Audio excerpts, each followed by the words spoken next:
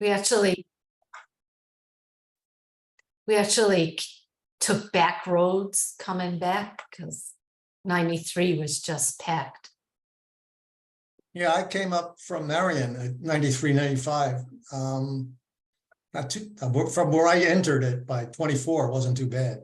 But I can Okay. imagine closer to Boston, it was pretty bad. Who's that Kevin McCabe guy? He's got a lot to do tonight. He better have his voice in good working order. He's got a lot on his agenda.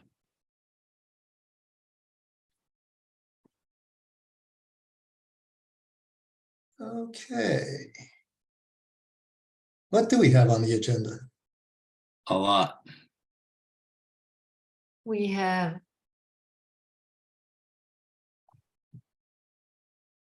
two policies. Yeah, where'd that come from? Well, we had talked about doing this before. Oh, going back to whatever that problem was. Right, like the Yeah. last. I don't know what's going on with my monitor. So the problem was the Girl Scouts were getting ready to rumble with the senior citizens over turf. Of Girl Scouts were selling cookies and the senior citizens wanted to do something and they were going to rumble. That would have been cool. Could have posted it, you know. Well, I know many years ago when I Ran? tested race and I was at the transfer station and we had to, we had one of us as you come in and one of us as you leave. It created some traffic jams on Powysset Street because people would stop. You mean you were outside the gate with the signs and stuff like No, that? so where they told me they told us both, they set tables up for us, so it was right inside of the gate. But one of us was as you pulled into the transfer station and one of us was when you pulled out. Yeah. So people would do pulling in is that stop and chat. And that traffic up.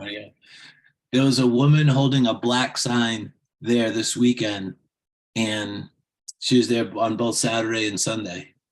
And I can't remember. It was obviously wasn't a good sign because I can't remember what it was for.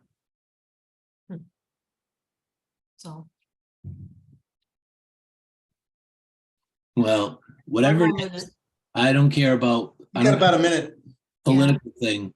All I care about is Girl Scout cookies. I want to be able to buy my Girl Scout cookies right there.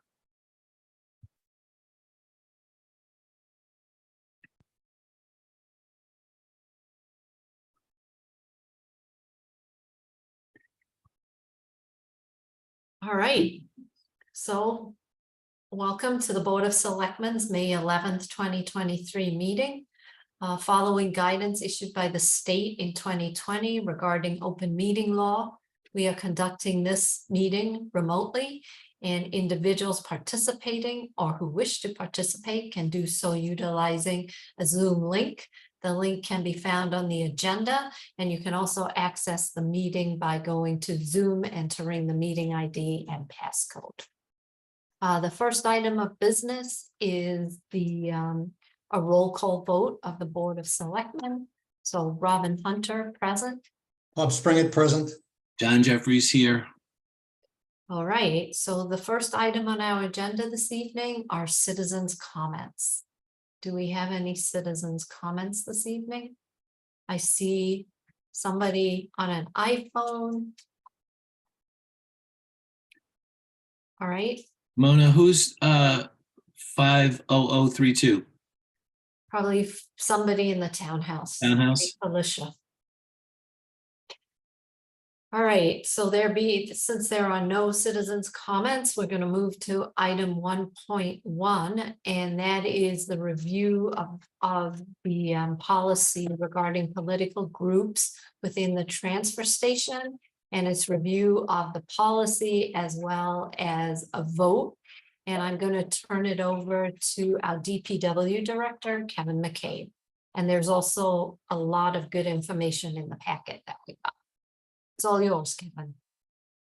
Good evening to the board. So the first item, it basically came to my attention when I first started here. People were trying to campaign and as kind of you alluded to before the meeting, there was no kind of parameters or guidelines or really a formal process to request usage of the space at the transfer station. It's obviously it's a town-owned facility. It's limited hours, and limited space to be able to conduct your business and still, collect, do sign holding or collecting, your signatures for petitions or running for office.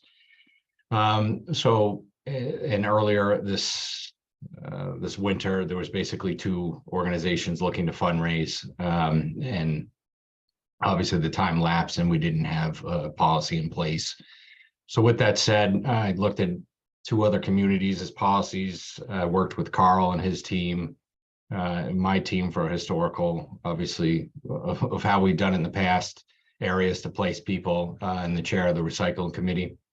And that's the policy you have before you and then obviously there's attached map with the areas that they would be the parameters that the campaigners or sign holders or petitioners would have to adhere to and be in.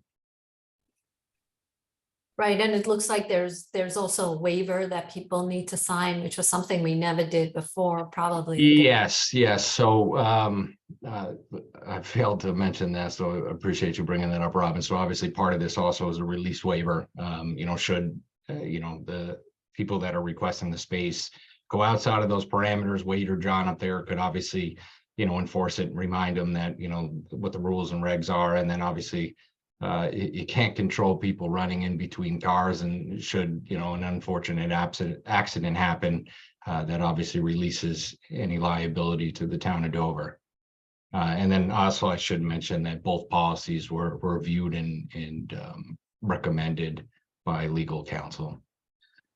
So Kevin, the signature collection area, the area which is commonly known as the area in front of all the recycling bins, right, prior to the take it or leave it shop.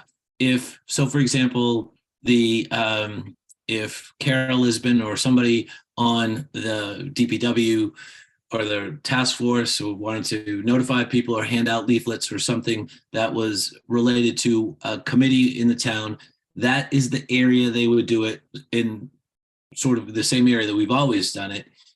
The area right that Robin referred to at the beginning, right by, as you come in and leave, the egress and entrance and egress area, that's where the sign holding would be. And then the area to the right of where the brush pile and everything is, that would be booths where kids could sell, the Girl Scouts could sell Girl Scout cookies, John. Cookies would do that. That's the most important thing in my mind, Kevin, is the Girl Scout. I just want to be centered on where the Girl Scout cookies will be. So it will be in that spot, as you pointed out, next to the compost pile there, where we could set a table up and there's ample room for cars to park and engage. What if they wanted to do it on the area where there's parking behind, in the green space behind the recycle area, so they don't block the area exiting? The problem with having the booths over by the part where the trees are and the brushes is if cars are parked and there's people backing in and out to get dirt, to get filled, back to drop off brush, whatever the case may be, it's going to be hard to get around them to get to a table where some of the kids would be selling something. Could you have it on the area behind the grass part behind the recycle area? So I guess the first comment is, obviously I reviewed this with the staff up there, because obviously pre-COVID, my understanding is that's historically where we set those booths up. The second answer to your question is, I'm assuming there'll be weekends where there'll be two people looking to set up booths. And then I would just kind of pass that on to, John and Wade, who would be up there running the operation, should we have two petitioners. But the main goal, if there would be one up there, is to put them in that designated area. Kevin, is it helpful if I share the screen and show the graphic, or? Sure. Think I can do it. So while we're waiting, There you go. it really is sort of interesting that the area behind the dumpsters, we actually had something there a couple of years back when the Board of Selectmen had like a meet and greet sort of day. And We it did. seems that using the area in front of the dumpsters, you know, given that there are times when it's pretty heavy traffic, pretty heavy volume. So I'm not quite sure that that's the right space for signature collection area, interfering with people who are simply trying to get rid of their trash. So was any thought given to using that space behind the dumpsters that John referred to, the green area, where? Are you talking about this space here? No, behind the area where, Those 4 trees are. right behind the recycle bins. No, right there. Yeah, the triangle behind the recycle bin. Yeah, right there. So that was one question. My other question was, did we pass this policy past legal counsel? Yep, Yes. you said that at the beginning. Okay, Bob, the last time we were there was with Carol. We were all there, and we had a it was a recycling cleanup something. oh yeah, wasn't it with the April cleanup? Was the we had pictures of us with 8,000 trash bags and stuff Yeah, like so that. this Yes, was over you're here. exactly right. Yes, Yeah, in the triangle right there. I mean it just seems to separate the things. Would be the play. I don't know, I think what happens is people actually go over here to get signatures, because that's where most of the people come in, and then they pull in and then they just go around and leave. You know, they dump their trash and come out here and then just go. They don't stop on the way out. Right, Well, when I was doing it, there was conversation. I can tell you that. yeah, so. Yeah, but the conversation, Bob, is typically happens in that red area in the front where you are dropping recyclables off and you going into the take it or leave it area prior to going through just to drop the trash part off, and then the food recycle on the other side. You know, I suggest, you know, the good thing about having a policy is Wade and John have something now that they know, and it's in writing, and people that are there would have signed a waiver, and they would get copies of this policy as well. And let's see how it works, you know. Yeah, that was just the question. Why not? There Yeah. seems like a logical area to use. That's all. Yeah. I just think because in reality, Bob, this is where everybody goes. Definitely. Yes, I'm well So if aware. you tell people to go over here, they're all gonna go over here. Yeah, so to directly answer your question, Bob, there was thought given into that is setting up a booth in that area, but because there's no foot traffic there to collect signatures, it wasn't on that radar. And then the other comment you made, the recycling committee is exempt from this policy, so they don't need to pull this for their special events. Okay, So are there any more questions? I'll stop. no, I'm good. Okay. All right, I'm just pleased that we have a policy in Yep. writing. I think it will really help Wade and John at the transfer station. So with that being said, I'm going to move to approve the policy regarding political groups within the transfer station effective May 11th, 2023, and the release of liability. Second, All in favor? Aye, Robin Hunter. hi, Bob Springett. Hi, John Jeffries. All right.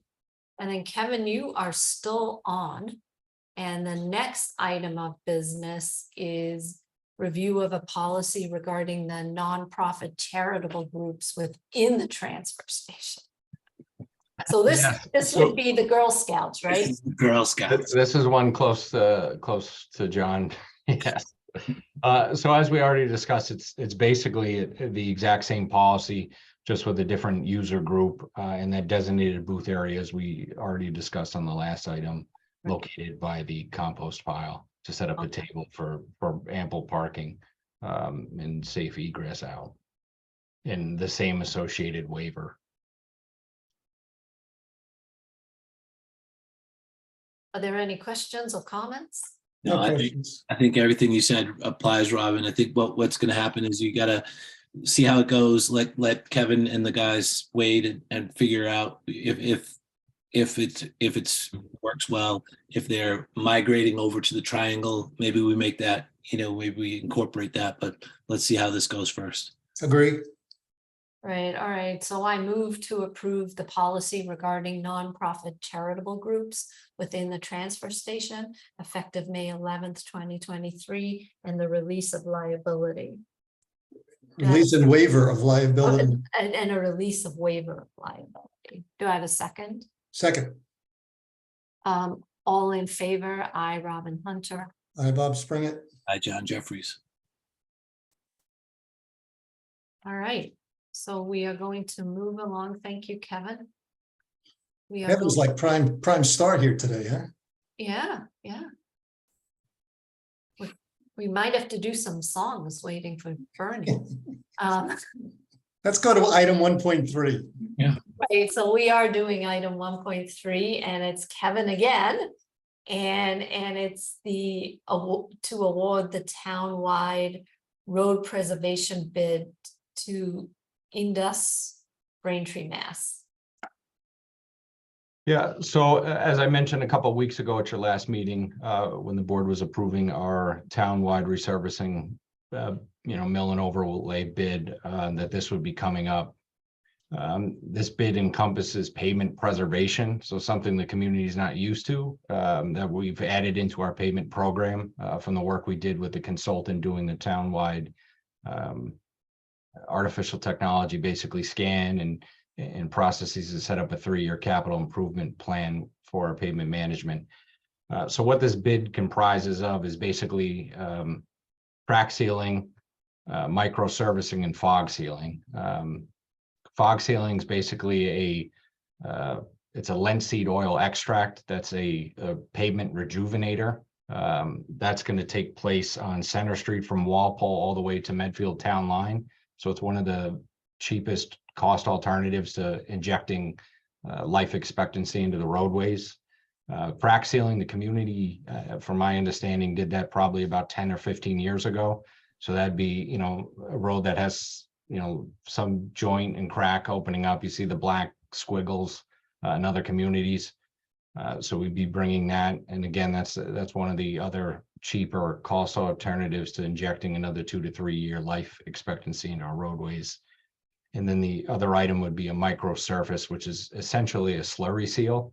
It's a 3/16 layer that goes over to, a road that's in fairly good shape. There'd be prep work prior and crack sealing that roadway and then sealing that. And it's just a much cheaper cost alternative than doing the full milling out 1.5 inches and repaving.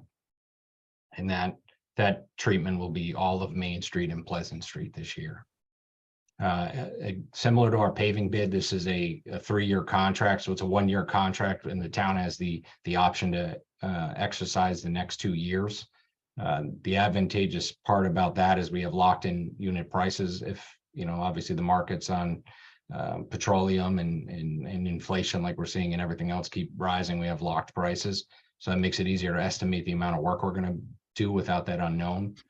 So I'm looking for the board tonight to approve that contract through the town administrator with the ability to exercise those options. So Kevin, this did you say linseed oil? Linseed oil extract, yeah.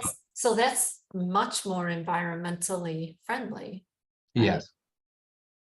So it's basically sealant. So I could think of it's similar to what people do to their driveway annually. Yes, more or less. So Okay. Basically, you try to capture a road that is in very good shape. It's just, as you'll see from asphalt that's been paved, 2 to 3 years later, it will turn very gray. And that's from the UV rays beating at the road. So that is kind of just, rejuvenating what the sun has basically taken out of the roadway. And so on average, how much longer does it extend the life? expectancy of the road? Treatment like that typically adds another 3 years or so. Okay. All right. Kevin, I went back to the 2002 Blue Book and just to try to compare, we approved $275,000. John, did you say 2002? No, 22. Oh, sorry. 22. Okay. $275,000.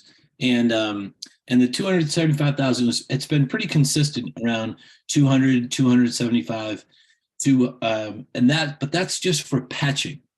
That is a separate line item. Is that correct? This rather is a separate line item versus the patching that we annually do. Correct. So you would be talking about the Tarvia, Tarvia patching. Yeah, which would be so I guess to answer your question, no, John, I'm going to use that funding for part of this contract. Okay.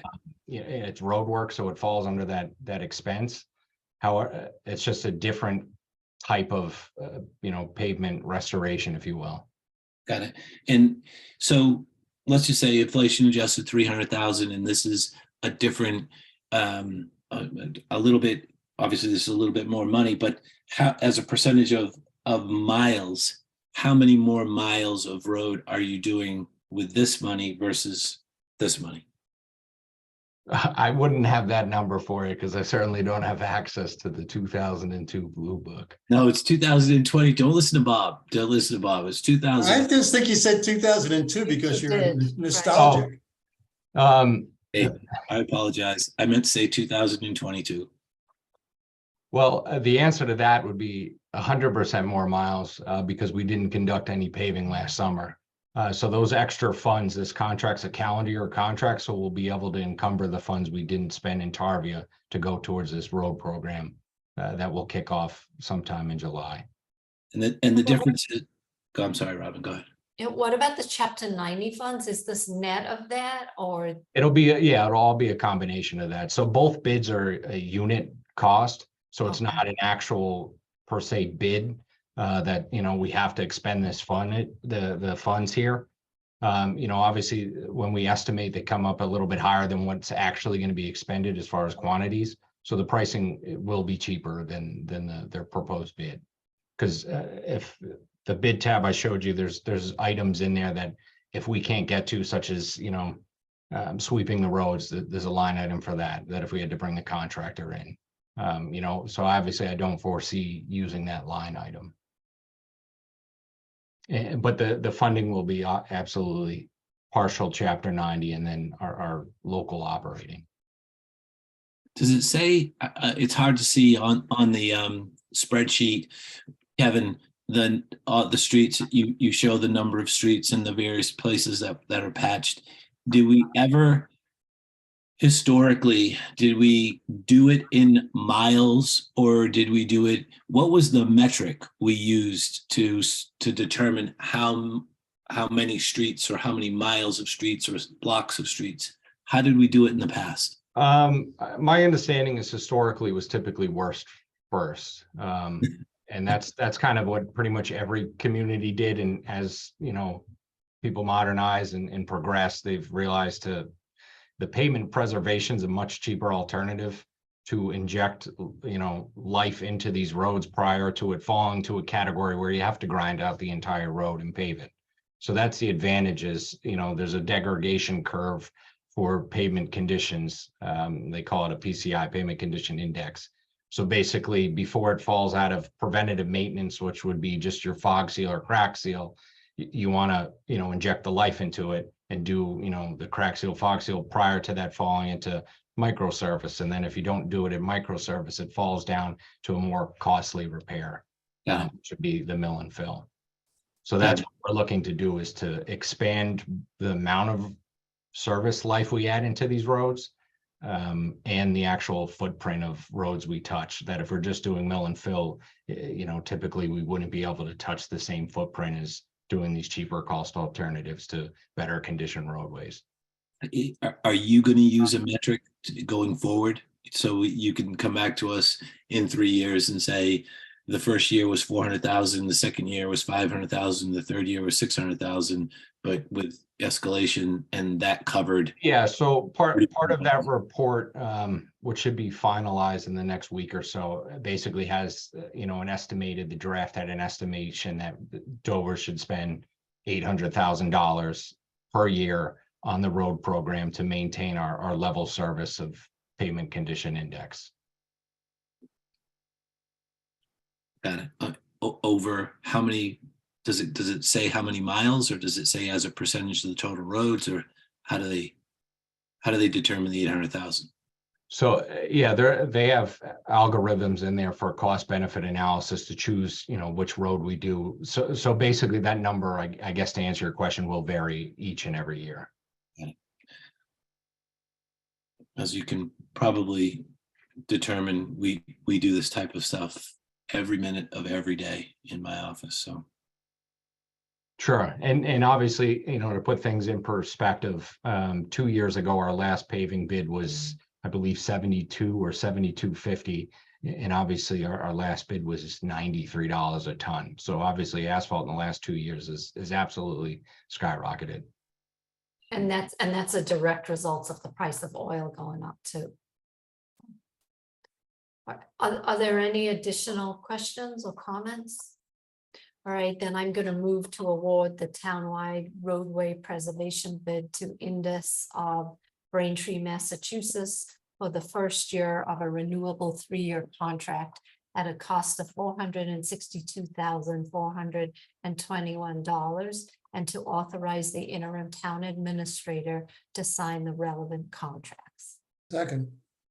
All in favor? Aye, Robin Hunter. Hi, Bob Springett. hi, John Jeffries. All right, thank you, Kevin. So when will this work start? I have a meeting next week with the Okay. contractor. So once we execute documents, we'll have that. And then when all that information becomes available, I'll be able to post a schedule with the roads and the treatment types and a little bit of information of what that actually means to the residents, that type of treatment. Good. So I would imagine I'd have that all on the webpage by the next 2 or 3 weeks. Yeah, I mean, that would be great because it's nice to know ahead of time which roads are going to be impacted. So, Yeah. and what time things are going to start. Right. Kevin, Bob lived in London. He knows how to drive on the wrong side of the road, so he could actually operate the sweeper if you needed him. I could do that. Plus I could do it sideways. I appreciate that. You're very talented, Bob. Well, I just drive fast and make sharp turns. So I'm going to move on to item 1.4. Good. Oh, my word, Kevin, it's you again. So this is the Aquarian's paving contribution agreement in lieu of permanent resurfacing and restoration.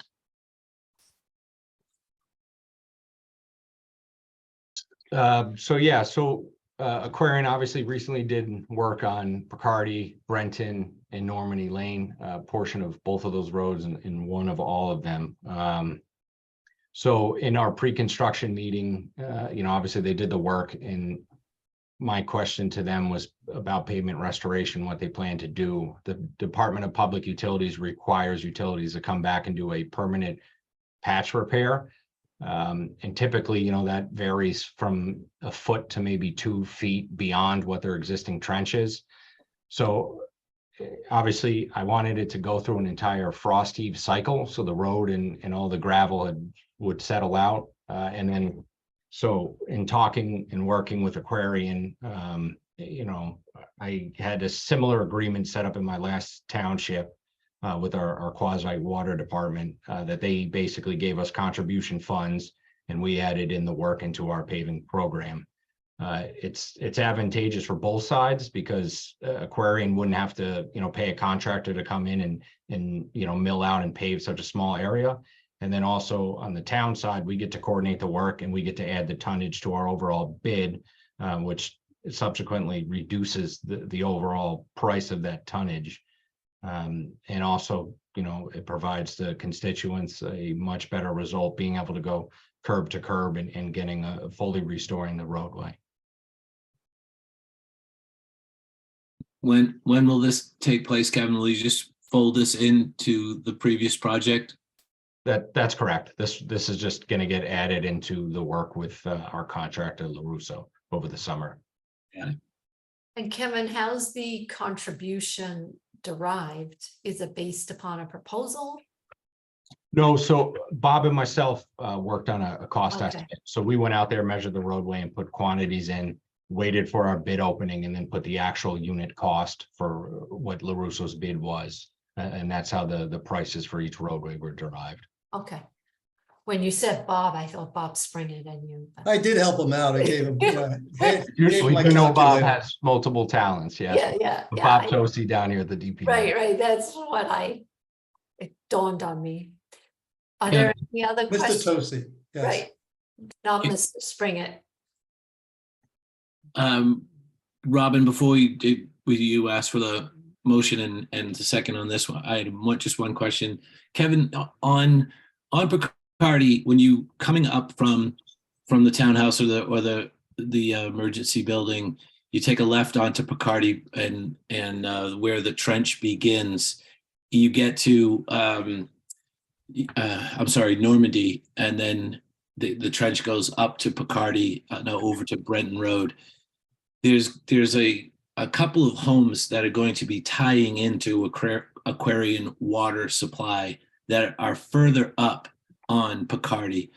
Do they have to coordinate with you with regards to repaving after they tie in? Yes, so they would have to pull a street permit. The town currently doesn't have any moratorium on the roadways. So that's something else I'd like a policy to get implemented with the board in future months. To basically protect our investment in our roadways, but we currently don't have one in place. Because So I will talk to Aquarian to see if they can expedite that work prior to us, beginning this road work over the summer. it does not happen very often at all, but it definitely does happen, and Aquarian has no policy for it.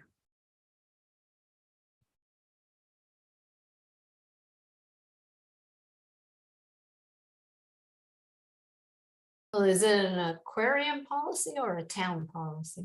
Well, the water mains are Aquarian and the streets are the town. So you got to open the street to get to the main to tie it into the new house. And Aquarian says to the homeowner, you got to have your guy coordinate with Bobby Tosi to make sure that you're opening the road at the right place. Typically, it's just a spot that goes from your house right out to the street, and then you open it up and close it up. But the close up part basically has to be inspected and overseen by Bobby, and you have to coordinate that with Aquarian. So it goes back to that conversation that we've had numerous times. Aquarian owns the water, we own the pipes.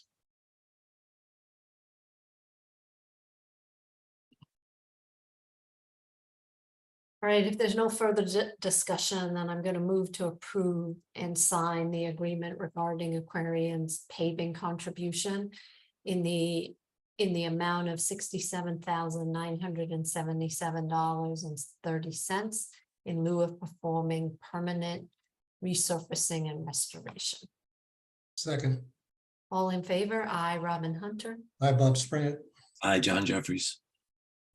All right, thank you. So Kevin, do you get to go home and eat dinner now? I guess so. Just in time for the start of the Celtics. So, Oh, my word, they better win tonight. Yeah, let's hope so. Thank you to the board. Yeah, thank you. Enjoy the game. And so we're at item 1.5, and the first item is the Board of Selectmen update. And Bob, it looks like you're first here. to Yeah, I'm not sure how that give happened. this update. I slipped the TA $20 to put me at the bottom, but apparently it's not sufficient amount of money. So, the community center building project, really what they're doing is putting together a deck presentation material Okay, to present at least two, and perhaps more, information sessions for the town. So okay. that's sort of the key thing. Have they They're- publicized, do they have dates for those? Yes, they're all published. It's all on the website. And it's been pretty widely circulated. So that's been very Okay. positive. So there are two issues that need to be finalized, so that when we give the presentation to the residents in the information sessions and more, and as well as at the June 3rd meeting. So one is the tax impact of the additional spending on Carroll. And part of that is also the tax impact of projected borrowing out over the next several years, so that the residents can get an idea of what the demand is for borrowing to meet capital needs and other sort of conservation projects. The immediate question that we've been wrestling with is a plan B. If the town does not approve additional funding for Carroll, what's plan B? And what I've said to people is, well, as I understand it, Carl can get me right, wrong, or indifferent. As I understand it, we have an approved project for a community center, and we have something less than $19 million to do it. My understanding is it would be up to the Board of Selectmen to determine a plan B. And the plan B that I talk to people about is going back and simply renovating the original Carroll building to provide a community center, which clearly people want at a cost that people feel is reasonable. But that's Bob's view of the world. I think it makes sense because we've used that building for the last 20 years. If we update and renovate and we do it carefully, I asked the OPM for an estimate of doing it that way, but he was unable to do so. But I think that's a viable plan B that we could talk to the town about at the information sessions and the June 3rd meeting. But I want to make sure I'm not out on the edge of a plank. Well, I would say another plan B is going to another architect and seeing what you can get for $19 million. Well, that would be an alternate. Yes, we could do basically what we're talking about is redoing the work we did in 2019. Right, and I think you could most likely leverage a lot of the work that you've done. That's a theory, yes. And see, go to an architect that has done recently many community centers and see what you could do. And then you're almost presenting the town with the same two options again. Exactly. It's What a 2019. It's renovation 2019 looks again. like. Yes. And we had, keep in mind that was something we had discussed, but Back in August and November and September. Right, but there was a strong desire to get this to town meeting by this summer. Right. And we just ran out of time to properly vet some of the other options and even some of the cost savings that the peer review came up with. Yep. But you guys are comfortable with that plan B? Right, because I think that's all we could, all we can do, right? Yeah, I agree. I mean, I don't think there's any debate that this is what the community wants. Yes. John, you good? But yeah, I agree. Okay. Thank you, guys. And Yeah. I'll augment that with the other alternative, Robin, that you talked about. Right. We don't know. We don't have a magic ball. We don't know what can be built for 19 million. And we would have to spend money to get that design, but it's certainly another option. And the same way we would have to spend money to refurbish. Yes, exactly. Yes. So it would be both. But we'd be limited to the approved funds. Right, and that would be right. And so, one would assume you may not get everything you want, but maybe you could build a building that will allow for expansion at a later date. Yeah, and you can go down the same path with, philanthropy and fundraising.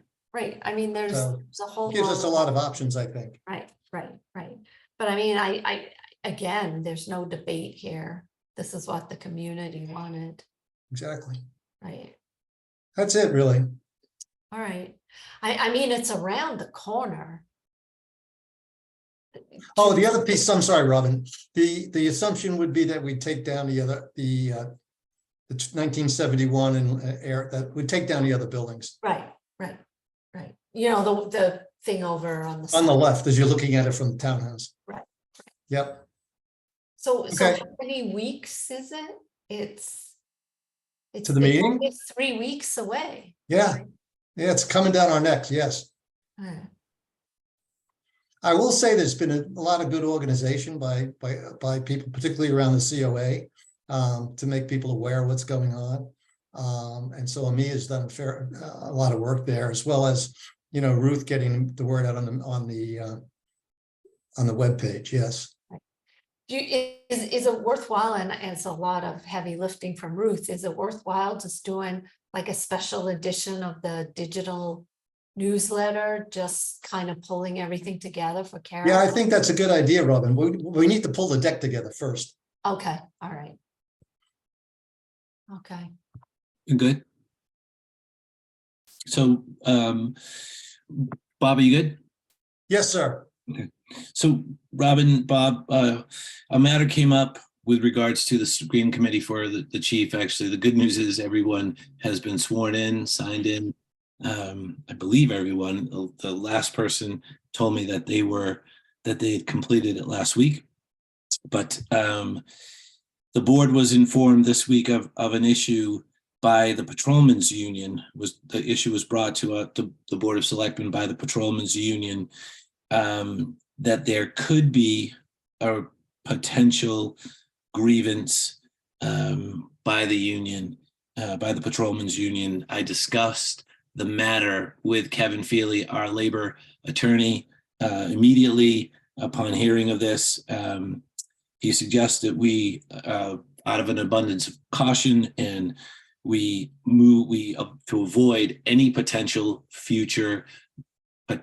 grievance that could come as a result of having a union member on the screening committee, to replace the patrolman on the committee with a citizen. So I wanted to bring that to your attention immediately. And again, as a result of the conversation with Kevin, I'm going to make the motion that we unfortunately remove the patrolman, Katie Kolodachek, from the committee, again, out of an abundance of caution, and as a result of this communication from the Patrolmen's Union to the Board of Selectmen, and replace her with a citizen that we will have to have a separate conversation with after this is approved by the board. And then I'll come back to you with that recommendation for that person. So just so that I understand this, so the Patrolmen's Union, in order to place its potential, you have to negotiate being able. No, there's no negotiating. It's not something that there is no precedent. There's no requirement. It's not a matter of negotiation. It's not even an item that's open for discussion. We were simply doing this as a community service, and the matter was, I'm assumingly discussed internally and then brought to our attention through their attorney, through the union's representation. Okay, so basically they're not interested then in having a patrolman serve on the search committee.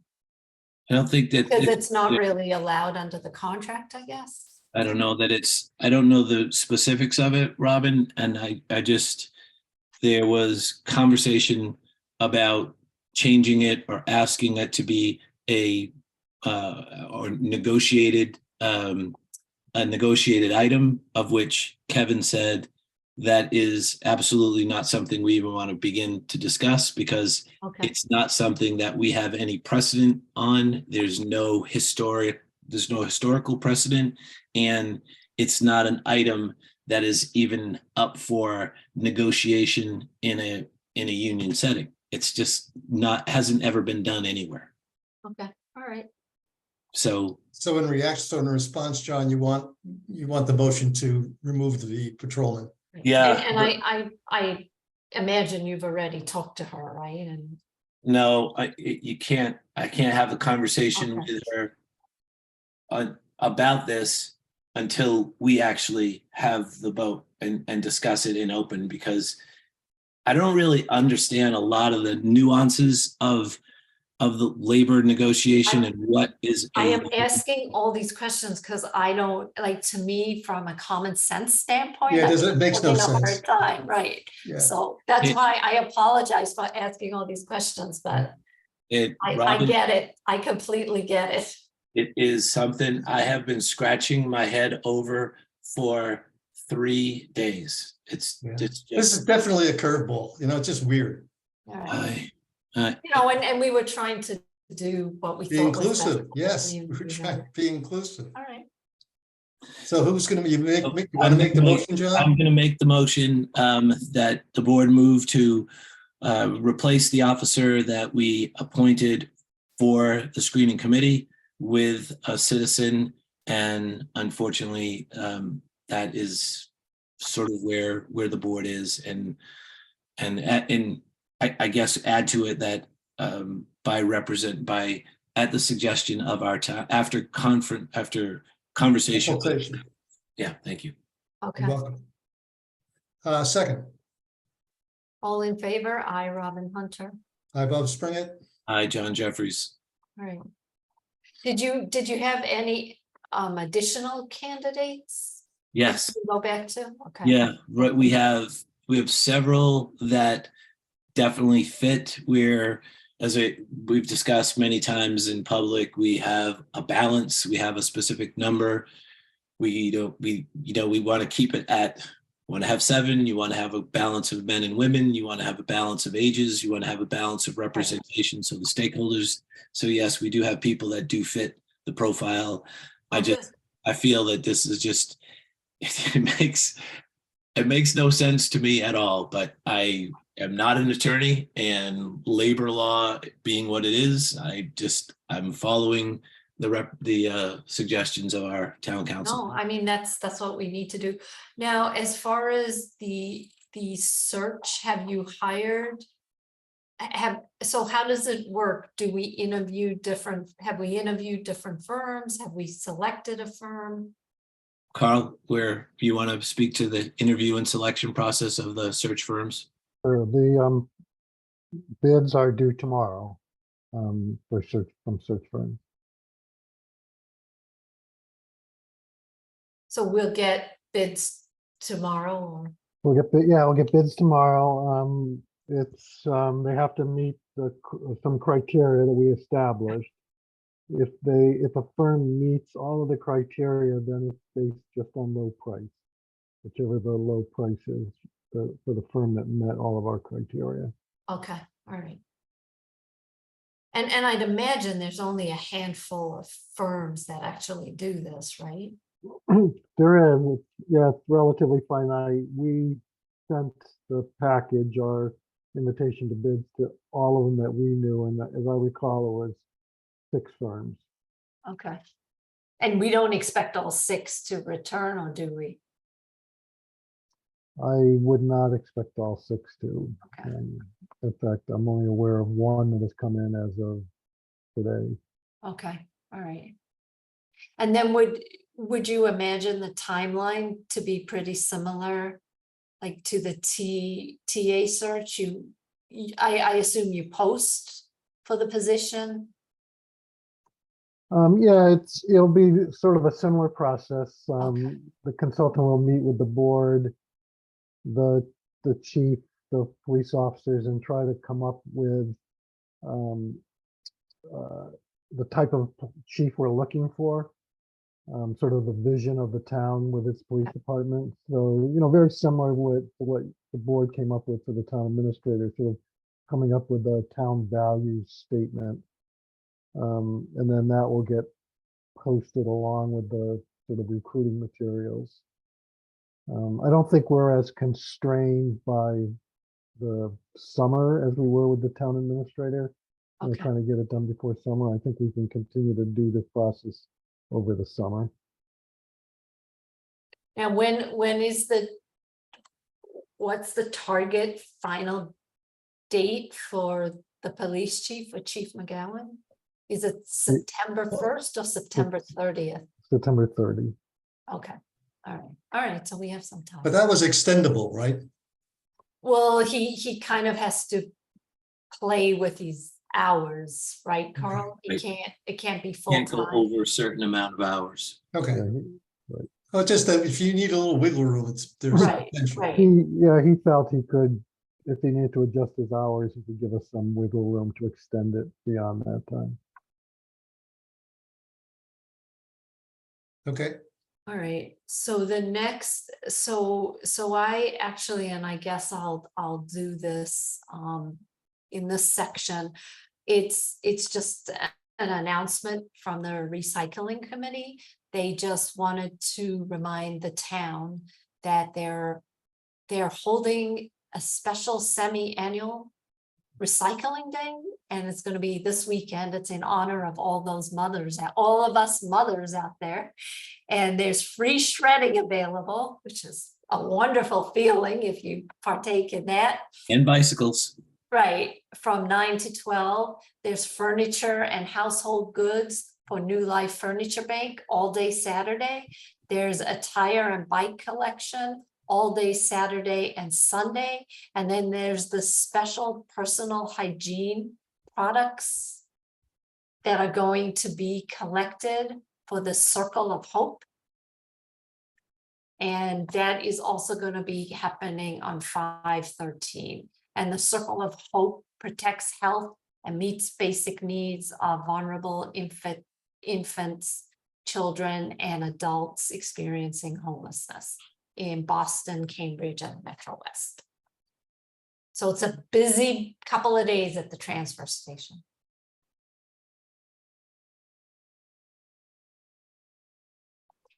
I don't know if you can combine Mother's Day into a visit to the transfer station. Yeah, that's sort of a stretch, don't you think?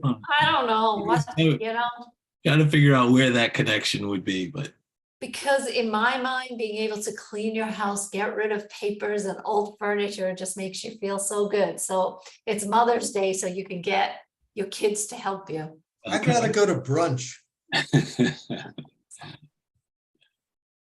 There's nothing better than a clean house. Brunch. The other thing are our agendas coming up. So we are planning to have an open session interview of our two finalists on Thursday, the 18th of May. And then hopefully there will be a vote as well to hire one of the candidates for town administrator. And then we have another meeting on Tuesday, May the 23rd, and that's our meeting prior to Memorial Day. And at that meeting, the first item of business will be to reorganize the board.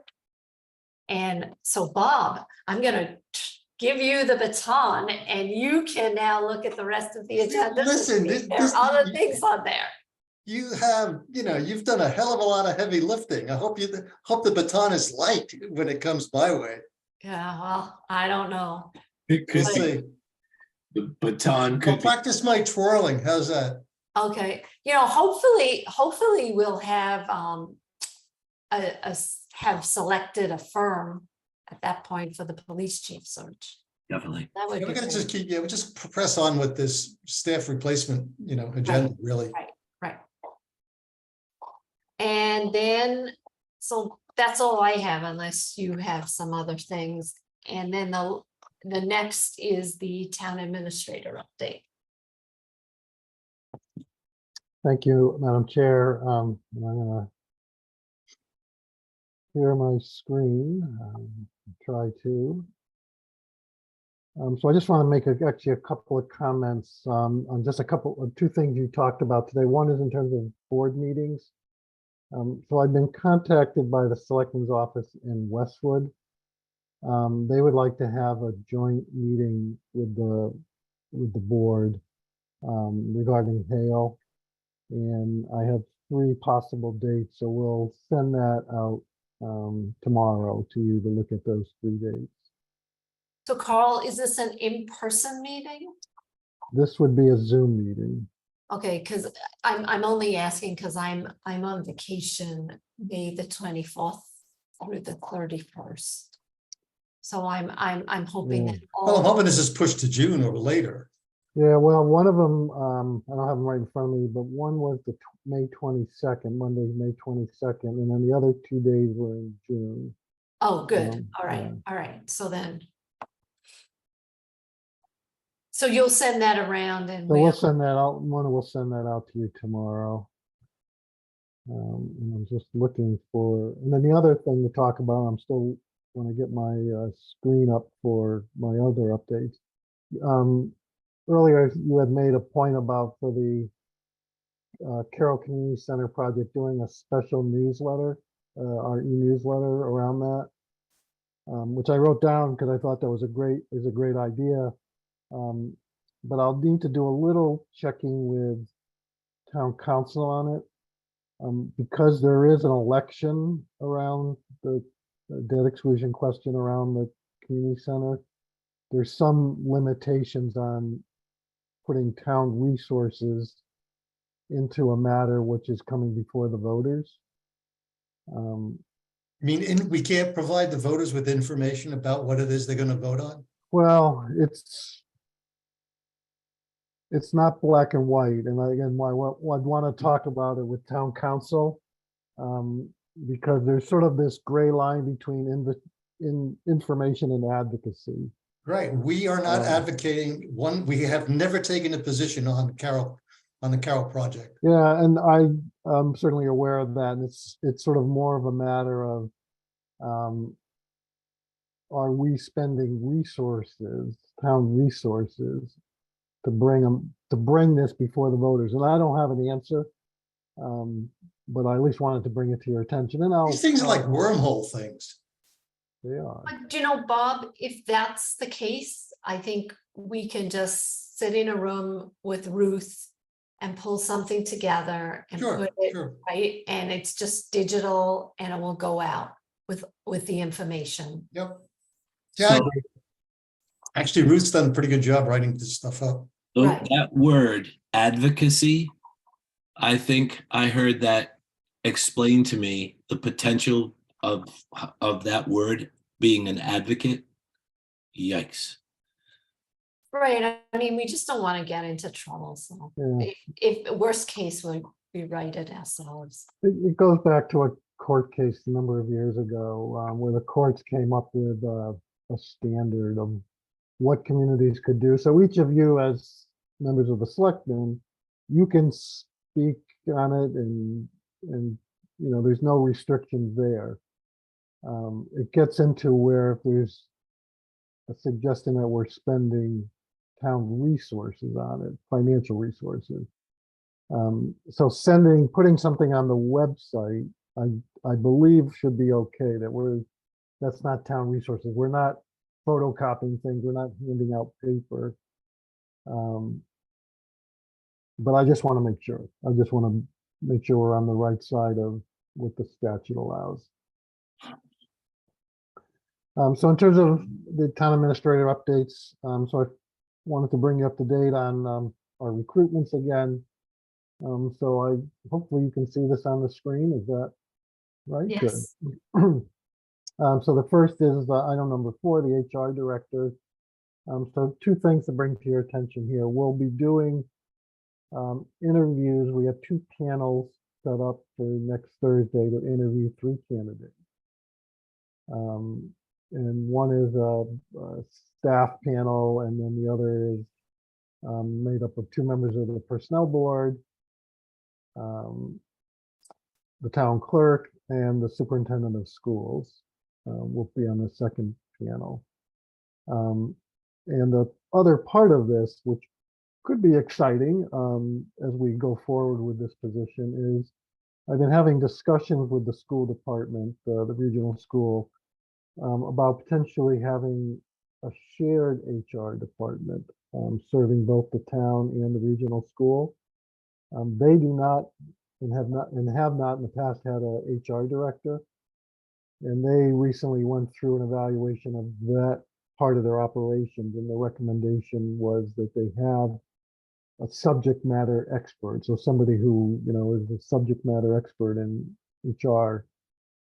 So they saw about the same time they saw that we were recruiting and wondered if it would be possible for us to jointly have an HR director that served both the town and the region, and sort of a number two person as well to work with the HR director to provide services. So it would sort of bring more resources than either of us could do on our own.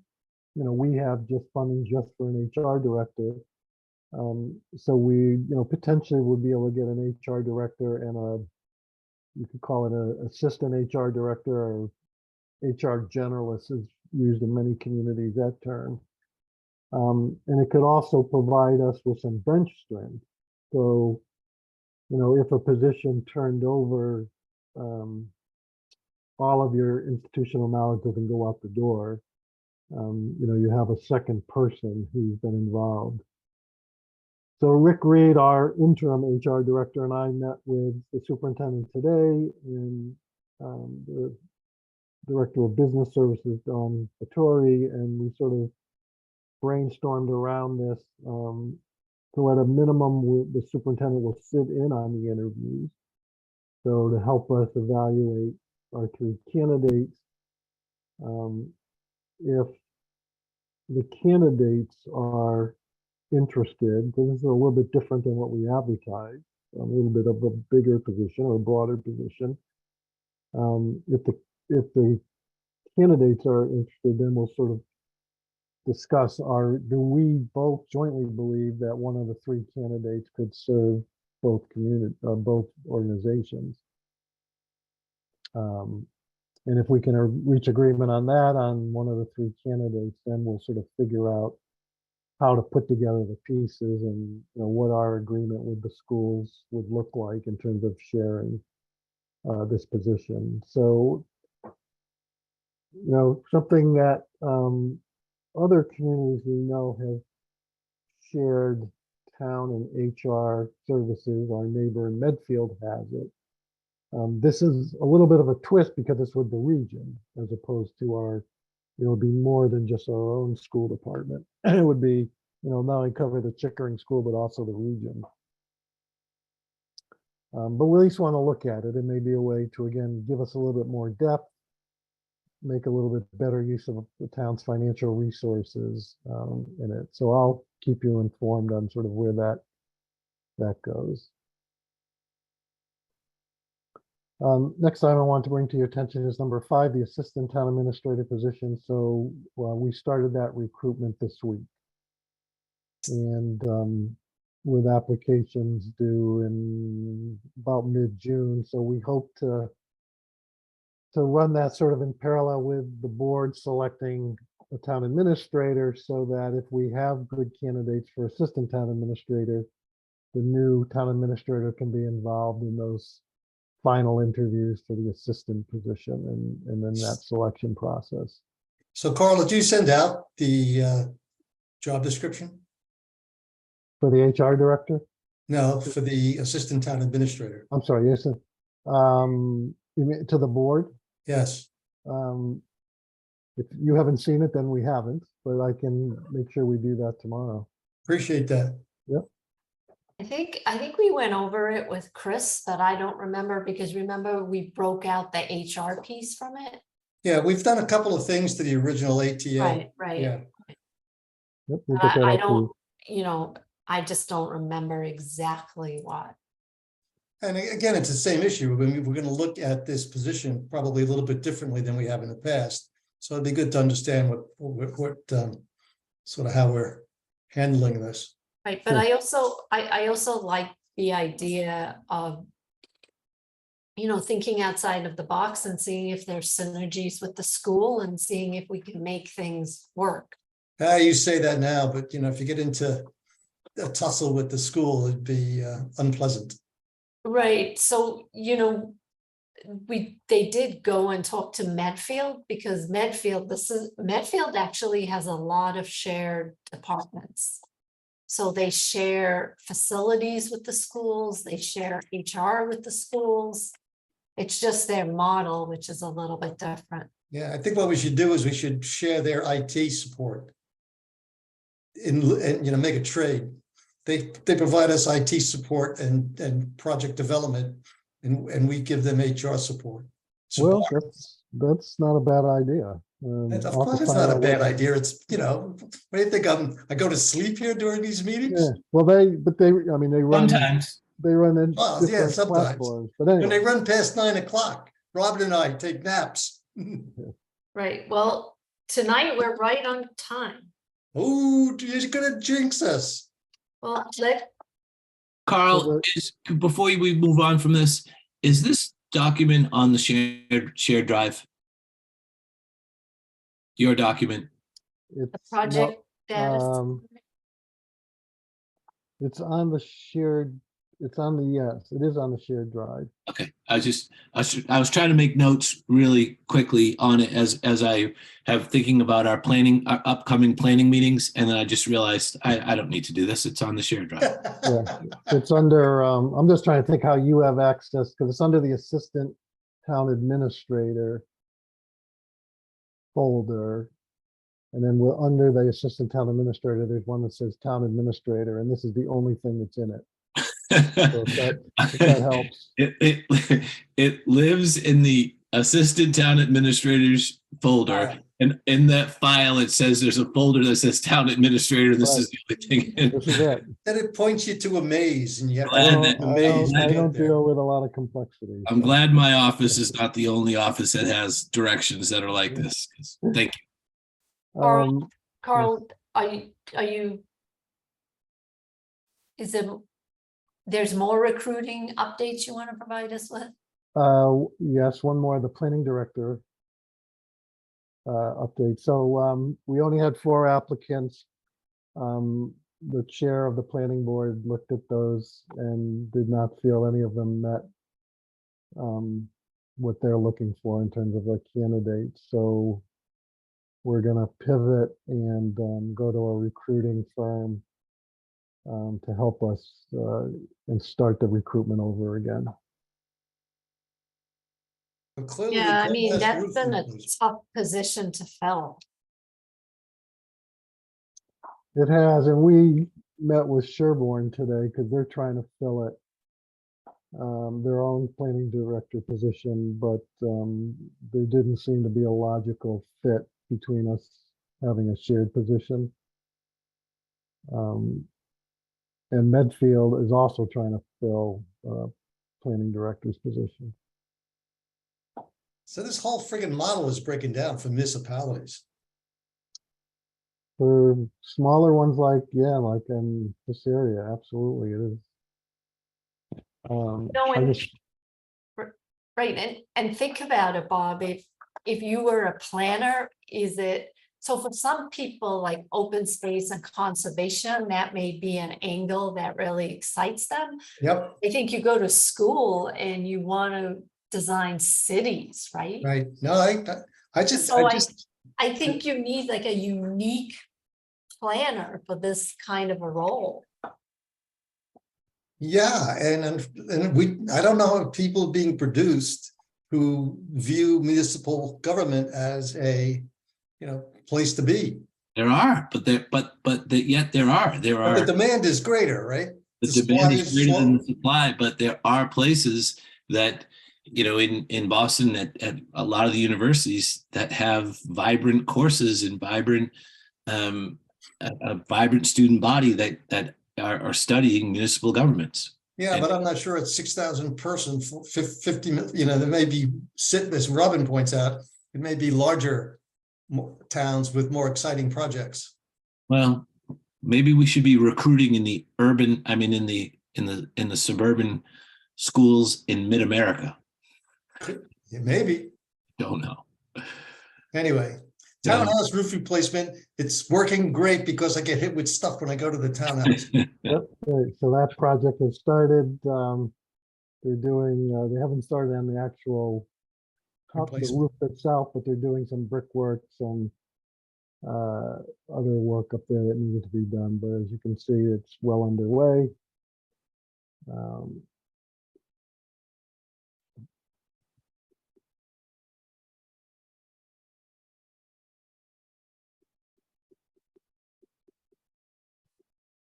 And I guess the last one I may want to hold, particularly if Mr. Lynch is waiting, because the number 37, the funding plan for the Carroll Community Center, that may take some time.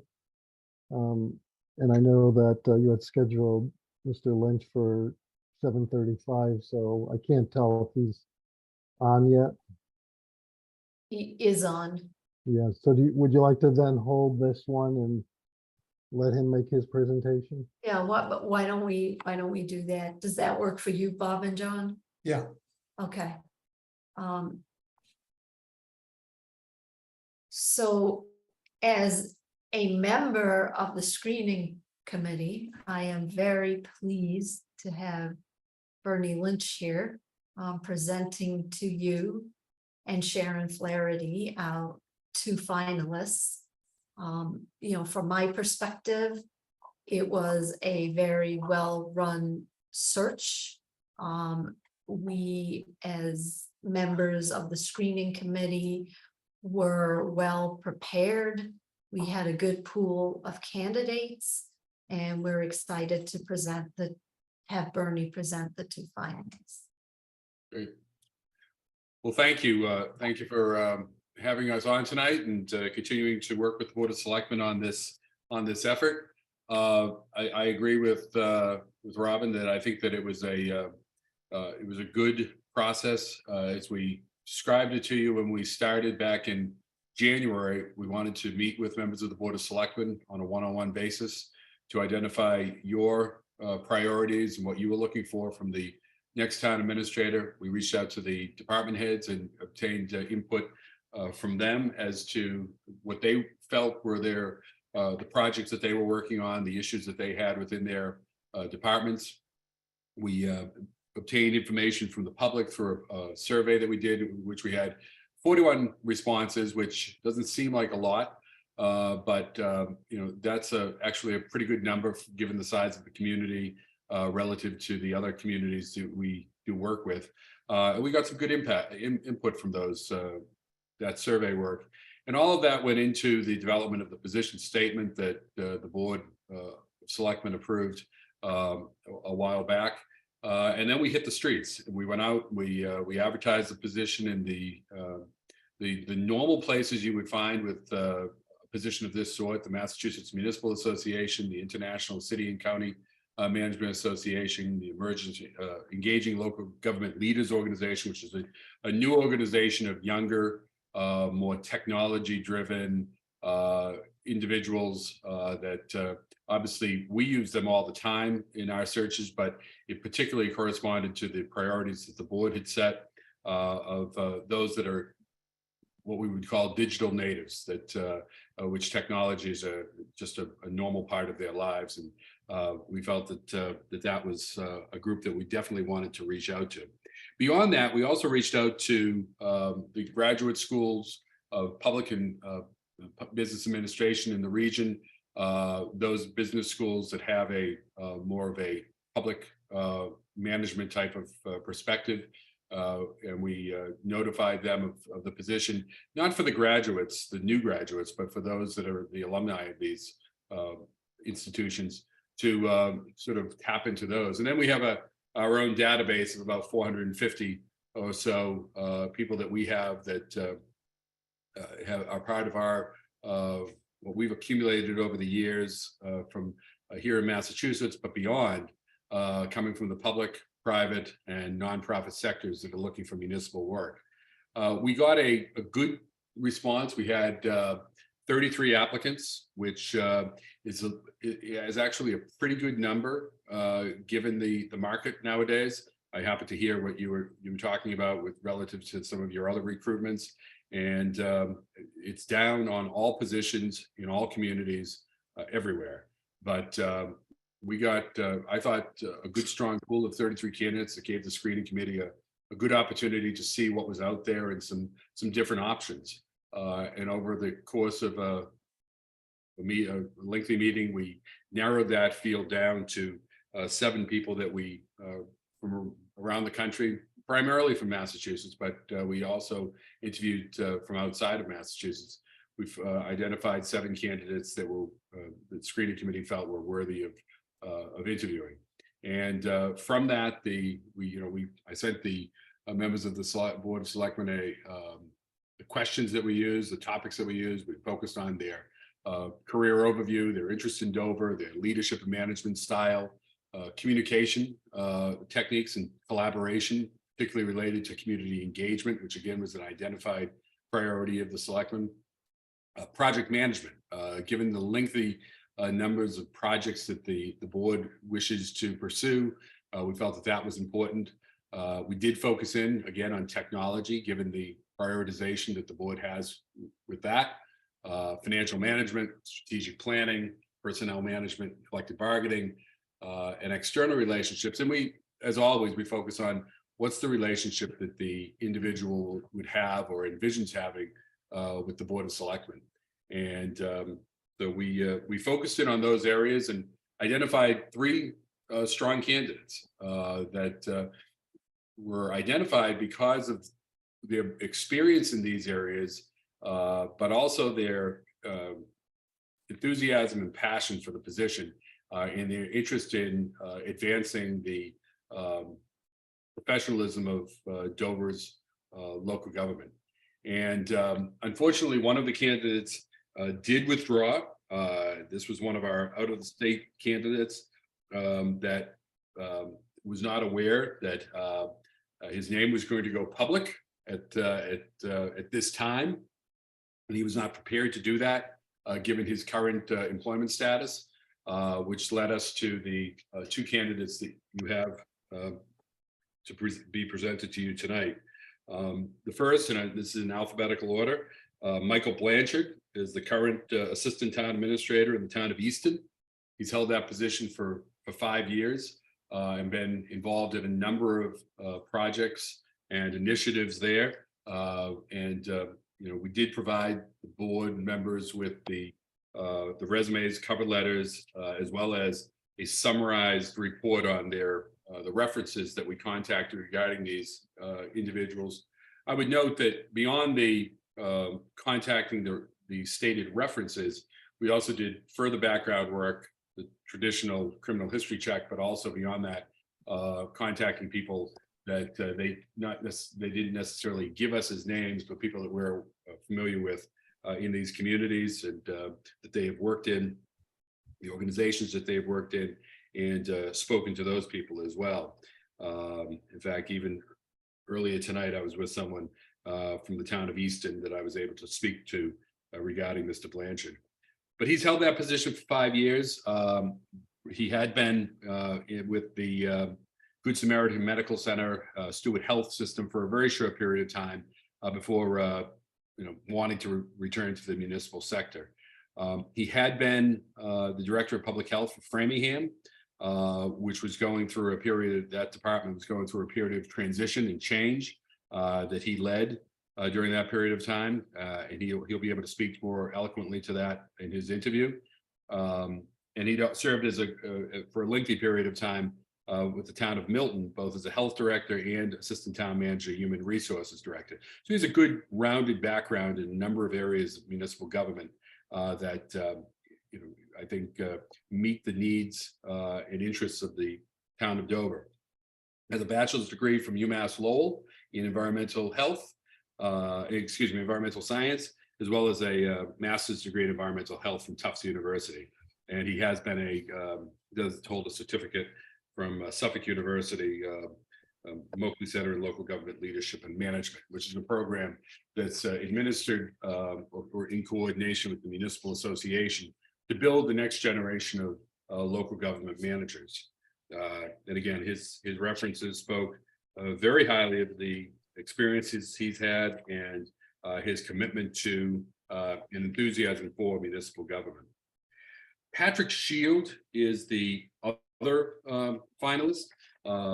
Patrick is the assistant currently in the town of Walpole. Again, a position he held for about 5 years. Again, in this area, he's had, how a community uses an assistant varies from community to community. Some have focused with a very narrow portfolio. In the case of Walpole with Patrick and the town administrator there, he's used him to work on a number of different areas of local government, financial oversight of various town departments, has been focused on human resources, as well as areas of insurance and procurement and project management. And he's filled in on a variety of department head level positions as vacancies have occurred.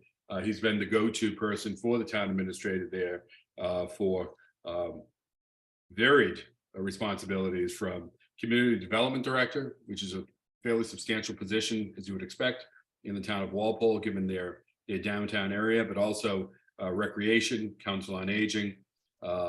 He's served in those roles in the town of Walpole.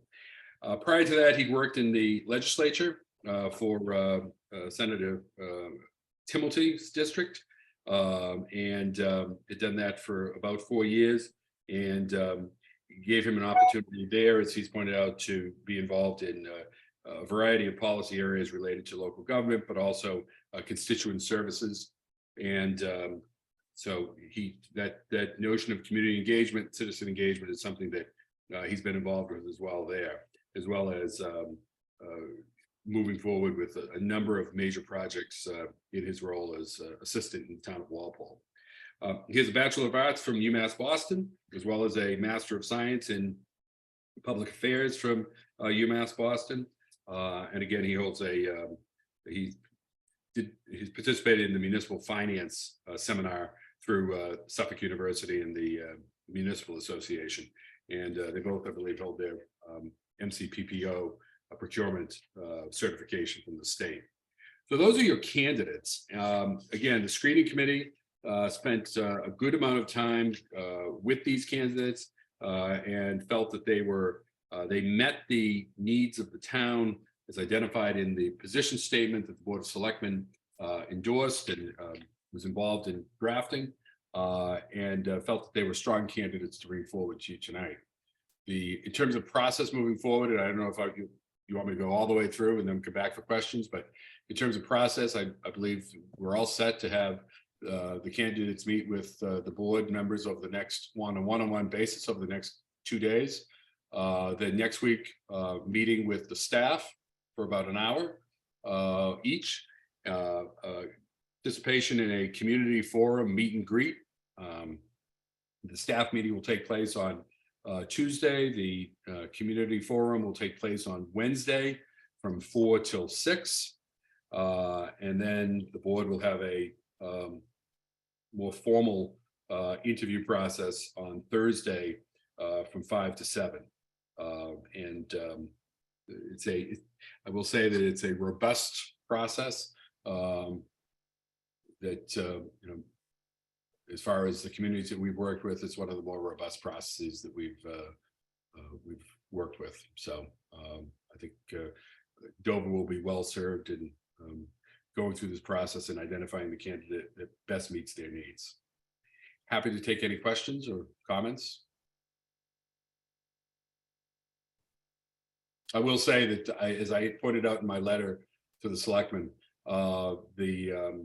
your screening committee were highly engaged, highly participatory in the process, and they put a lot of time and effort into reviewing the resumes and discussing the resumes and interviewing the candidates, and then discussing the strengths of all the candidates that they had an opportunity to review and speak to. So you were very well served in that capacity. We have a couple of very busy days ahead of us. Yes.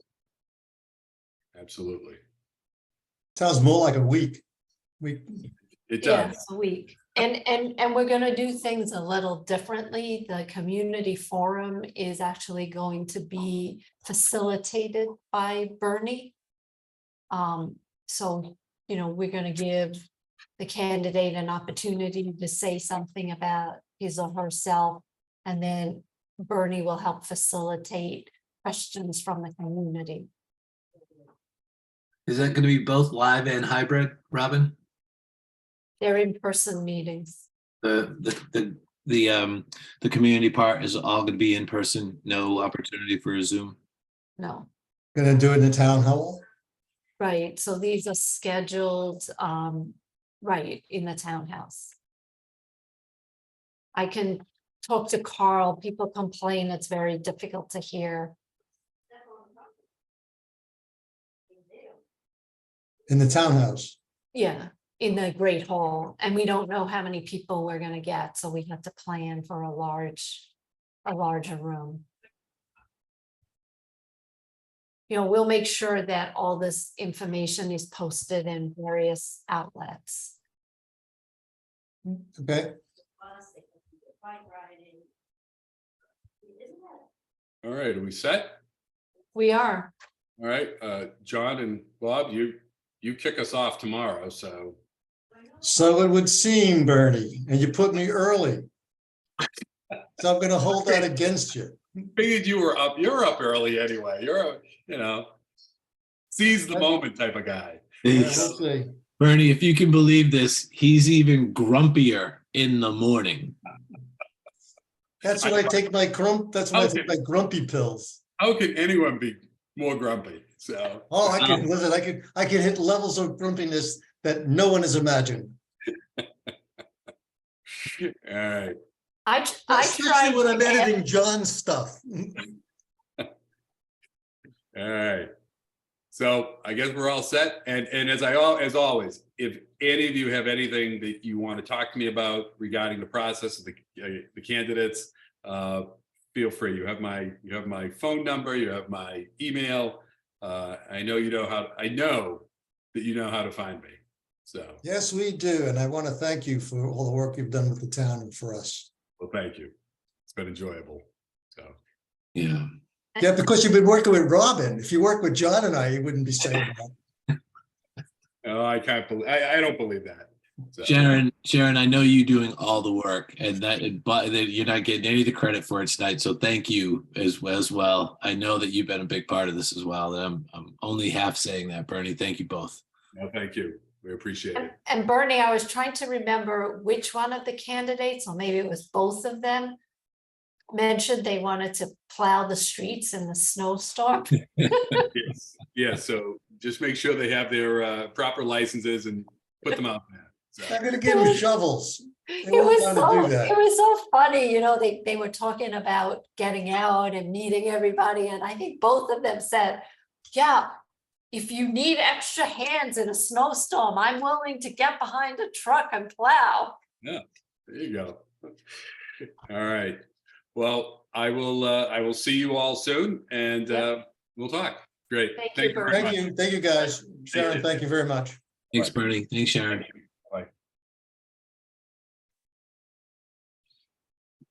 So now we will go back to the final item on 1.6. And actually, Ruth Townsend sent an email to say she was one step ahead of us already. And she already has a first draft of a special newsletter for the community center that she was planning to send out. So Yeah, she's on the ball there, Ruth. right.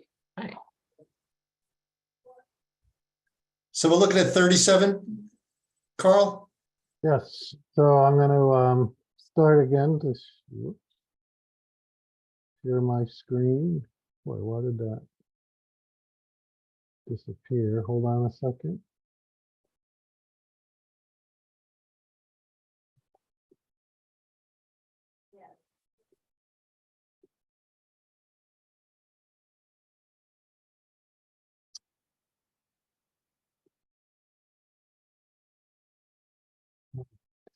We'll do this again.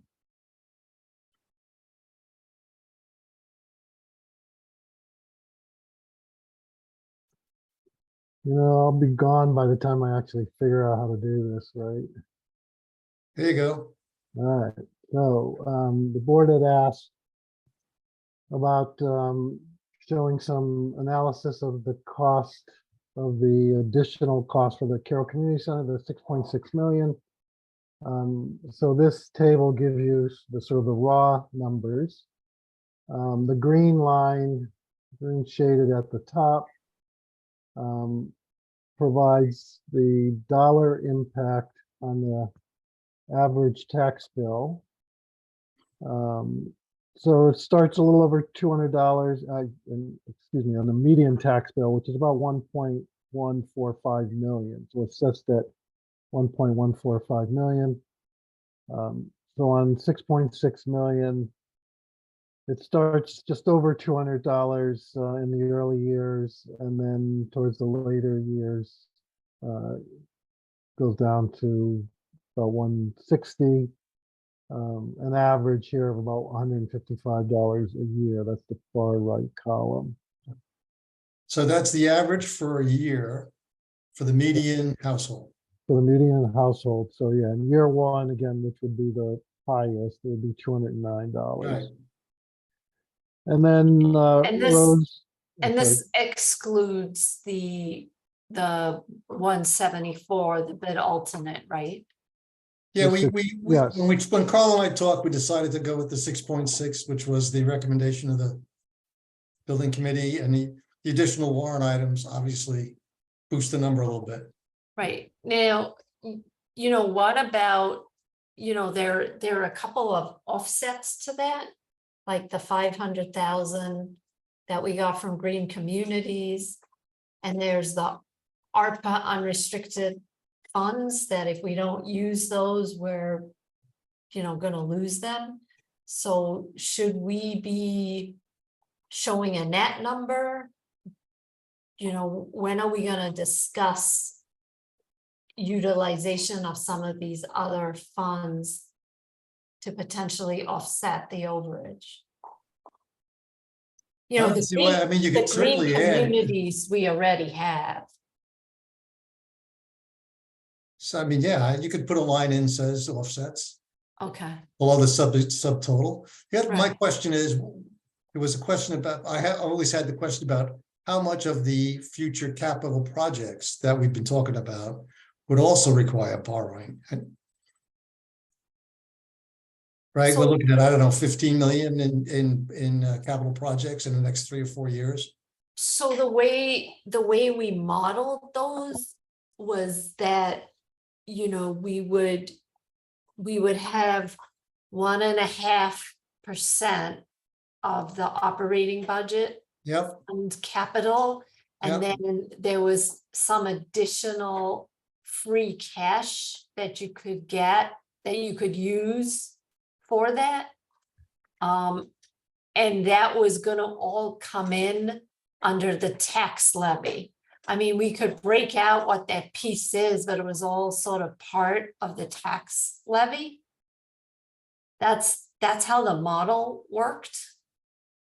So you never going outside the tax levy for an exclusion item on the, for capital? Right, and you know, I still strongly believe that just because you have 15 million, you don't have to replace it over the next 5 years. You know, if we're gonna tax, if that's gonna really create hardship for the tax base, I was gonna say tax the tax base, but that doesn't work. You know, we can spread things out a little bit more. But Oh, we there's could just some big certainly- items, right? I mean, turf fields for the region. There's some really things that. Right, and that's been always in the capital plan.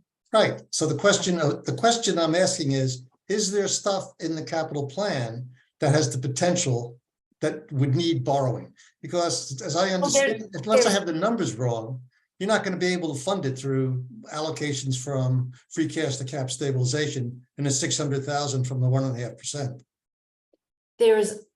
There's borrowing outside of the cap, outside of the tax levy. And then there's borrowings within the tax levy. So there was an additional 3 or 4 million of free cash that could get used on some of these additional capital projects. At the time we pulled the model together, and I can go back and look at it and make sure there was the full $15 million. But the $15 million is full of nice to haves, not only need to haves. So some people consider the community center a nice to have. Right. Well, Yeah, and they're gonna get a chance to vote on that in Right. 2 weeks. right, but and everybody voted for that. So we could go back and see what else and what Right, else. so what I need for the information sessions is I need simple models that I can explain to people. Right, complexity is the enemy of knowledge. So going across, I mean, I understand that what we're doing here, but if I go back to 2021, we also showed a range of impact relative to different price points, median, high, low, so that people had a really good understanding of what the impact was to them. And so again, the question is, how do you present this information for the average resident to understand the impact? And I'm going to have to work on it because, and it's going to have to be a combination of the things we know And things you don't know. and the things in the capital plan that may or may not come to fruition.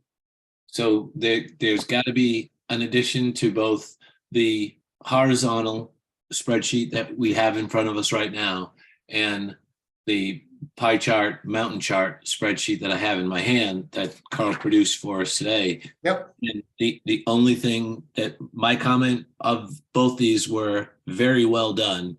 They were Carl, very well done, very easy to understand. Love the color coding in the graphs. And the only thing that I had as a comment was Bob's comment. These are the things that are missing that we know of in the capital budget.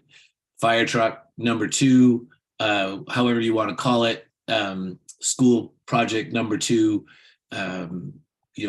replacing the 6-wheel truck for capital that we're going to be doing next year for Kevin. So all of those items, some of those items have the potential to be outside the levy limit. And we've made a point of emphasizing this in several issues. So I'm going to have to address, these potentialities. We could asterisk them, we could do whatever. Yeah. But people need to know what the load may look like going forward. Even if you just say, in adding what would be the 5th item to this, we've got the 4 items. Adding the 5th item is potential. Yeah, add the 5th item, capital. Yep. Capital potential. Put in $1 million of outside the levy limit capital potential for, call it fire truck number 2 or whatever it is you want to call it, doesn't really matter what that would mean, because that just gives people more of, it takes the unknown and it allows for it.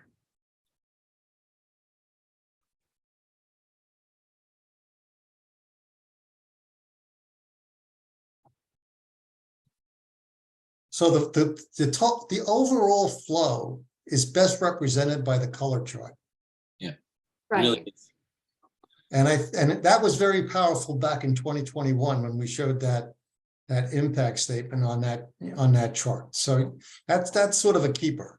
The challenge is sort of the nuances that we've been talking about and how we make that clear and easily understandable, similar to what both you, Robin, and Melissa did at town meeting. So that challenge I got to sort of really focus on that, how to get that done. Yeah, I just think if you had an additional column on top of each one of those bars and the column was gold or. Right. No, and then at least you have the whole picture, right? Yeah, picture. But I think the visual is most important, and being inclusive is important.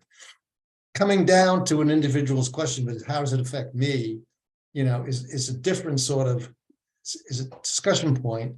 And so if you start with sort of the median and you go 2 divs one way and 2 divs the other way, Yep. You can give people an idea of what the overall impact is. I mean, if you look at the numbers, it's relatively modest.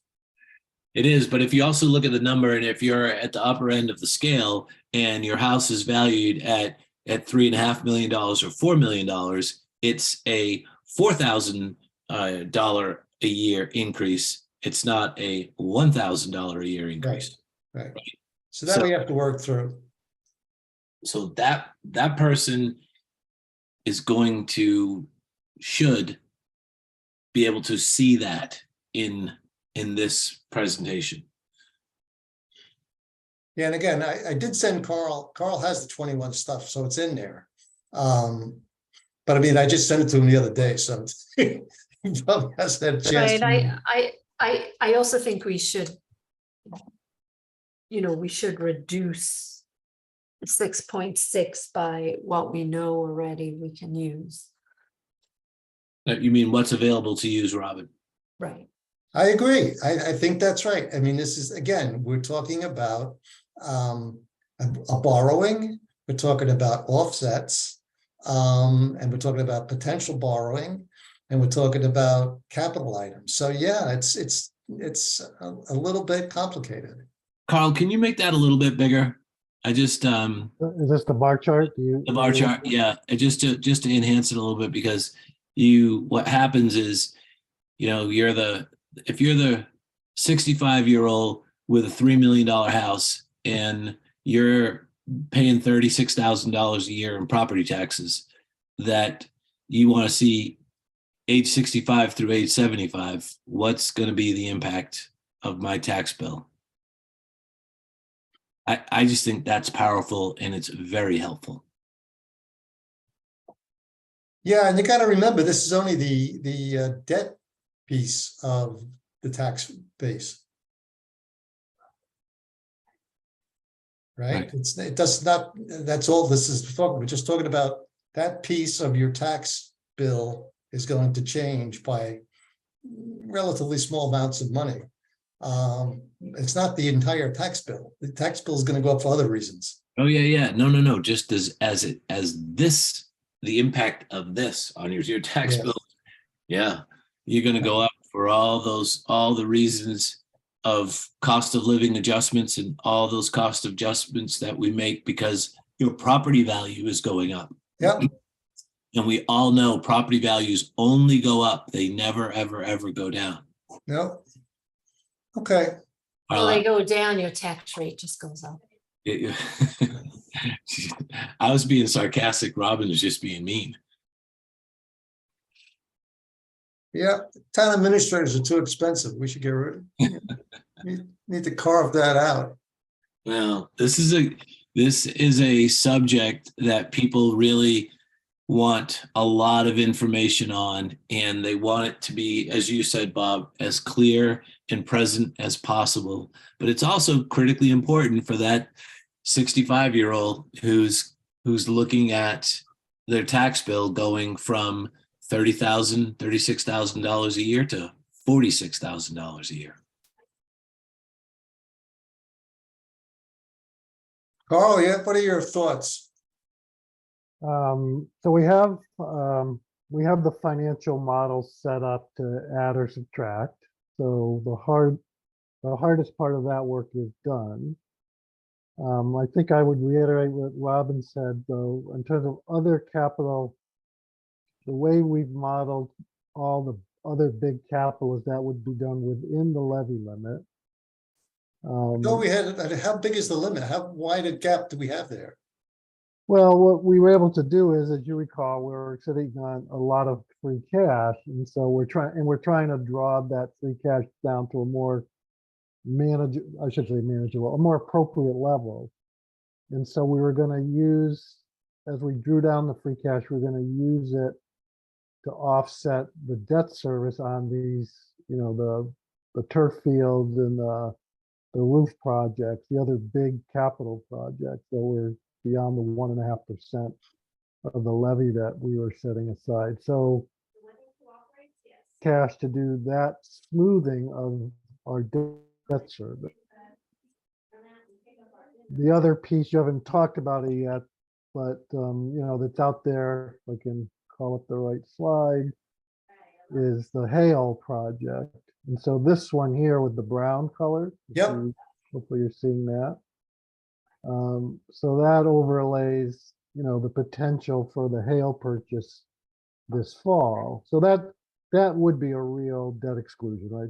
That the only way we can really afford that Hale is if it's a debt exclusion. So Well, we already pumped 4 million of free cash into Carroll. I don't want to pump any more free cash into Carroll. no, this is just that 4 million that we originally pumped into Carroll. Yep. And the brown here is the overlay would add if the Hale project goes forward, that purchase, this is what the curve looks like visually on the table I presented before. The top of it is at 1,000, right? The top is 1,000, yes. In whatever it is, 2025 or 2026? 2026. Yeah, okay. So Hale, 1,000 on a house that is 1.1 million. 1.15, yeah. That's paying So it's your median house. $13,000 a year right now. I thought the median house was 1.5 for some reason. I checked with the assessor's office, and for this year, fiscal 23, it's the number that you see at the in the heading here. Oh, okay. Oh, I take your word for it. Mm. Okay. It's a start, so the hardest thing is putting it on paper, and then it's figuring out how to simplify. Applying 4 million of reserves to see, is that the 4 million? Yeah, Yeah. that's the 4 million you already Yeah, okay. agreed to do, yes. So is this debt, are you showing this net of the reserve? Yes, net of the 4 million, if that's what your question was. Right, Yeah, it's net so of the this 4 is, million. okay, So that's the blue line, right? That's Blue line is the addition, the green line is going back Yeah, to, it's sort of the baby blue line is. yeah, so the bottom the level original. is old Springdale. The green is Carroll, the 19 million. Yeah. right, and the 4 million is reflected in the green Carroll line. Correct. Yeah. The mitigation of, yes, of the slope, yes. And it was right. just done in the first few years, because remember the Chickering debt Rolled off. Rolled rolled off, off. yeah. Yeah. It was a pretty clever plan that Carl put together. Yeah, Okay. I like this one. I got to figure out what to do in sort of the first chart. You're just looking for the right words. I'm looking, yes, I'm I looking can for, tell you, yes, I can tell you the numbers. You're just trying to find the right words. yeah, the spiel, so to speak. So Bob, we had this really nice thing. I'll look through presentations, but I vaguely remember these 2 towers that we used to show the impact. Let me see if I can find it, because I remember they were really good. Which, do you remember for 2021 or? Yeah, we used it for the original. Carroll Community Center. And I believe that's what Mr. Sprigg had sent to me, so I probably have those as well. I could go back to 2019 because we did some comparisons back then as well. Yeah, I probably have everything. Let me go through and see what I have. Well, we don't have to do it now, Robin. I No, think I'm not doing it now. I'll do it over the weekend and send you what I have. Yeah, I'll do the same, Robin. I'll look at 19 and I'll look at 21 again. I have the file. I know what that is that you're talking about, Robin. So yeah, John, John, you went, can you hear me? I can. Oh, okay, all right. Okay. All right. So we have homework to do then. We have homework to do here, yes. Okay. All Carl, right. thank you. This is very helpful. It's a great visual. Good, thank you. All right. Well, you'll be hearing from me. I imagine I will, yes. Well, I'm gonna look through my stuff, Carl. I have so much stuff. So I'll look through it and see what I have. So we are on to the consent agenda, I believe. And the consent agenda consists of approval, oh my word, approval of Sunday, October 1st, 2023 ride for food. And approval of the 2023 one-day special liquor licenses for May 13th, 14th, 19th, June 1st, and June 10th. So I am going to move to approve the consent agenda as presented. Second, All in favor? Aye, Robin Hunter. hi, Bob Springett. John Jeffries. All right, and there being no further business, I am going to make a motion to adjourn this meeting. Do I have a second? Before I second that motion, I'm going to say we had one heck of a day out on Buzzards Bay. And I 20 was- to 26 knot winds. You're a little red, Bob. Yeah, I'm also frozen because the wind was whipping like heck. And the Yeah, water's still cold. okay. Second the motion. All in favor? Aye, Robin Hunter. Hi, Bob Springett. Hi, John Jeffries. And Thank you don't all. be late for your interviews tomorrow morning, gentlemen. I'm going to show up in pajamas. That's Imagine- okay. We'll be Bill?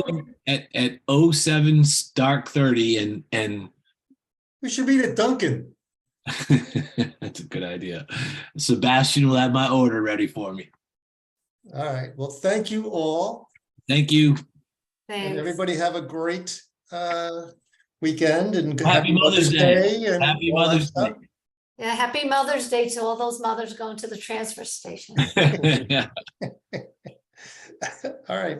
Good night, folks. Hey. Good night, Good night. good night, everyone. Good night.